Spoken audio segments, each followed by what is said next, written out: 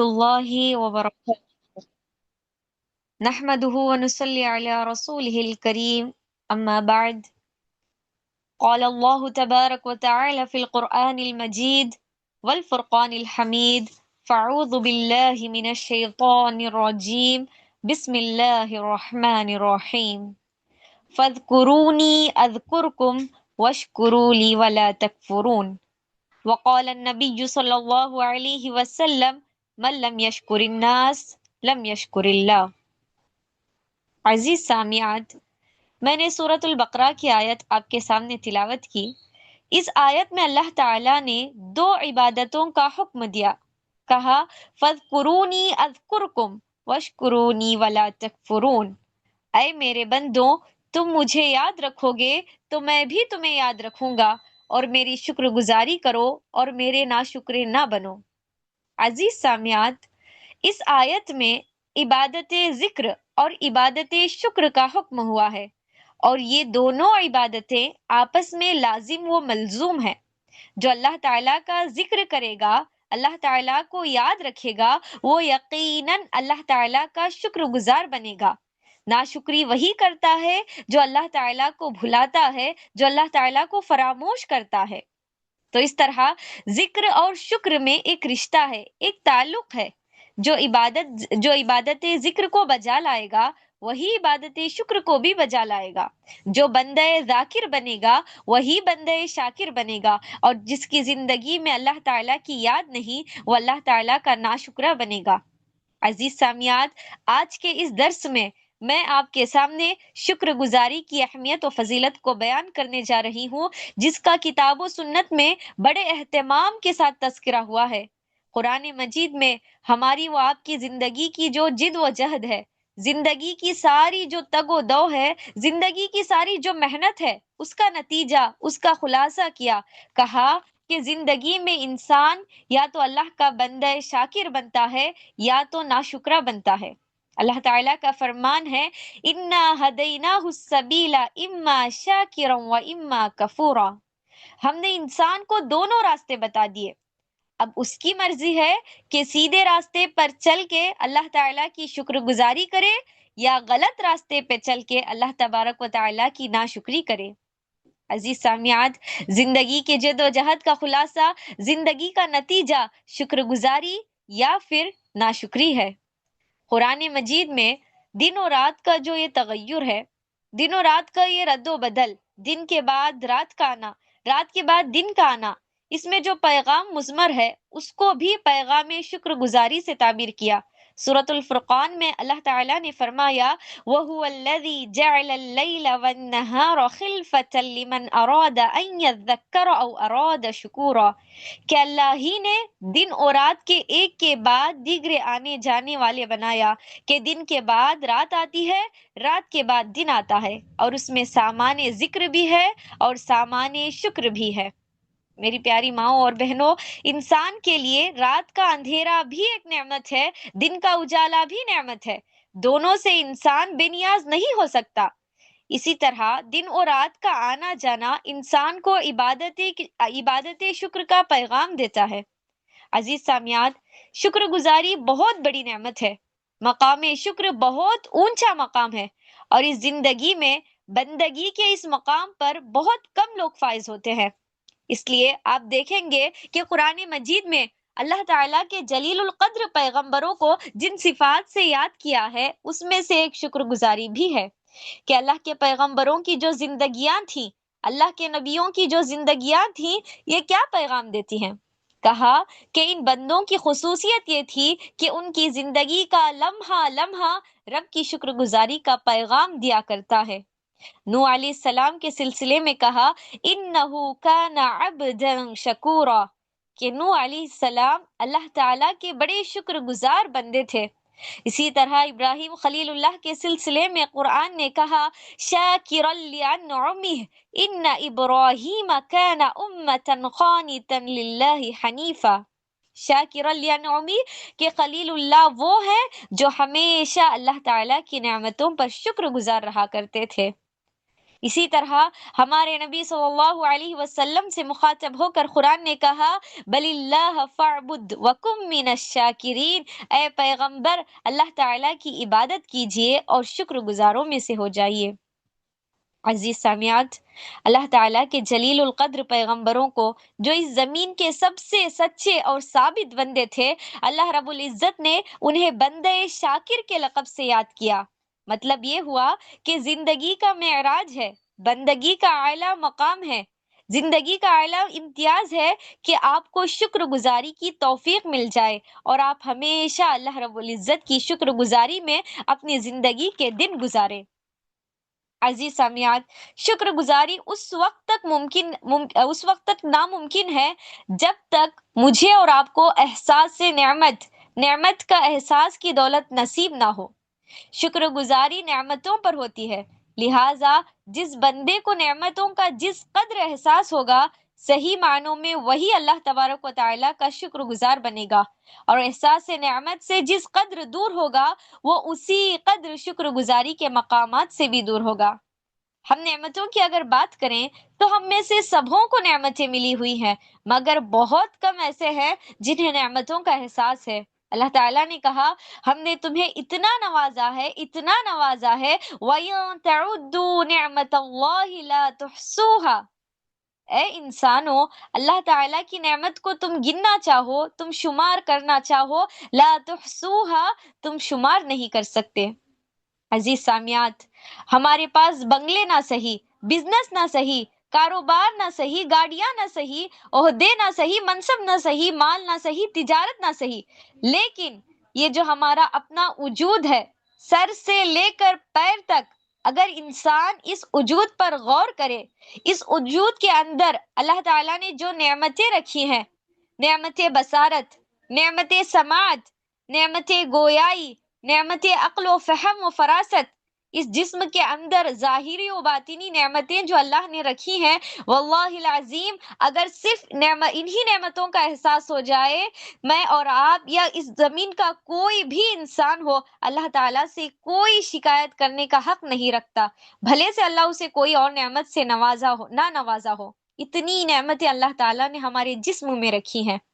عزیز سامعات، اصل سوال ہے نعمت، احساس نعمت کا، اور احساس نعمت اگر ہو جائے، ہمیں ملی ہوئی ایک ایک نعمت کتنی عظیم ہے، اس کا اگر احساس ہمیں ہو جائے تو واللہ ہم سجدے سے سر نہیں اٹھائیں گے۔ ہارون رشید کا ایک مشہور واقعہ ہے۔ ہارون رشید پانی پینے جا رہے تھے، خلیفہ عباسی ایک واعظ موجود تھے، انہوں نے کہا بادشاہ سلامت رک جائیے۔ ہارون رشید نے پوچھا کیا بات ہے؟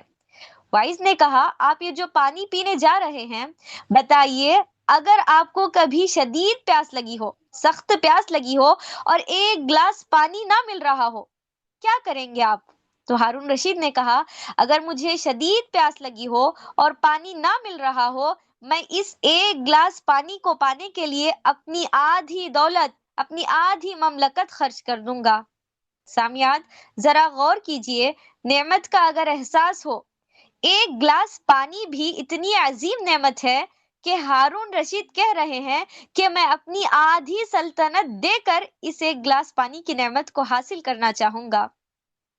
میرے محترم ماؤں اور بہنوں، احساس نعمت بہت بڑی چیز ہے، پیارے نبی صلی اللہ علیہ وسلم کا اسوہ ہے، آپ صلی اللہ علیہ وسلم کی تعلیم ہے، ہماری صبح احساس نعمت کے سائے میں گزرنی چاہیے، ہماری شام احساس نعمت کے سائے میں گزرنی چاہیے۔ صبح و شام کے اذکار آپ صلی اللہ علیہ وسلم جو پڑھا کرتے تھے، اس میں ایک عظیم ذکر آپ یہ بھی کرتے تھے۔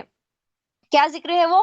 اللہم ما اصبح بی من نعمت او باحد من خلقک فمنک وحدک لا شریک لک فلک الحمد ولک الشکر۔ اے اللہ، آج میں نے صبح کی ہے، اور اس صبح مجھے جو جو نعمتیں ملی ہوئی ہیں، مجھے ہی نہیں بلکہ تیری مخلوقات میں سے جس جس کو بھی جو جو نعمتیں ملی ہوئی ہیں، اے اللہ میں مانتا ہوں، اقرار کرتا ہوں، ان نعمتوں کا نوازنے والا تو ہی ہے۔ میں تیری وحدانیت کی گواہی دیتا ہوں اور میں تیرے ہر قسم کی حمد و ثنا بیان کرتا ہوں، اور شام کو بھی یہی دعا پڑھا کرتے تھے۔ سامعات، بتانے کا مقصد یہ ہے کہ ہماری صبح و شام، ہمارے لیل و نہار، دن اور رات احساس نعمت میں گزرنی چاہیے۔ پیارے نبی صلی اللہ علیہ وسلم اپنے جلیل القدر صحابی معاذ بن جبل رضی اللہ عنہ سے کہا، یا معاذ انی احبک فلا تدعن دبر كل صلاة ان تقول ربی انی علی ذکرک و شکرک و حسن عبادتک۔ کہا، اے معاذ، مجھے تم سے محبت ہے، مجھے تم سے بڑا لگاؤ ہے، ایک عظیم دعا سکھاتا ہوں، کسی فرض نماز کے بعد اس دعا کو مت بھولنا۔ کہا، ربی انی علی ذکرک و شکرک و حسن عبادتک۔ کون سی دعا تھی وہ؟ آپ نے فرمایا، اے اللہ، میری مدد فرما کہ میں زیادہ سے زیادہ تیرا ذکر کر سکوں، میری مدد فرما کہ میں تیری شکر گزاری کر سکوں، اور میری مدد فرما کہ میں تیری اچھی سے اچھی عبادت کر سکوں۔ عزیز سامعات، ہم شکر گزار کیسے بنیں؟ شکر گزاری کے تقاضے کیا ہیں؟ جن تقاضوں پر عمل کرنے کے بعد ہمارا اور آپ کا شمار بندے شاکر کے طور پر اللہ تعالیٰ کے شکر گزار بندوں کی صف میں ہوگا۔ کچھ صفات ہیں، کچھ تقاضے ہیں، وہ ہمارے اندر ہونی چاہیے۔ جب یہ صفات ہمارے اندر آئیں گی تو ہم اللہ کے شاکر بندے بنیں گے انشاءاللہ۔ ان میں سب سے پہلی چیز اللہ کی نعمتوں کا احساس۔ اگر اللہ تعالیٰ کی نعمتوں کا احساس کر کے ہمیشہ اللہ کی عبادت اور اس کی حمد و ثنا میں رطب اللسان ہو، جیسا کہ نبی صلی اللہ علیہ وسلم کا فرمان ہے کہ اگر ایک گھونٹ پانی بھی پیتے ہو تو احساس نعمت سے کہو الحمدللہ، ایک لقمہ کھانا بھی کھاتے ہو اور وہ ایک لقمہ تمہارے پیٹ میں آسانی سے جا رہا ہے، اس نعمت کا احساس کرتے ہوئے کہو الحمدللہ۔ اللہ کی حمد و ثنا ہر آن، ہر لمحہ، ہر وقت اور ہر نعمت پہ ہونی چاہیے۔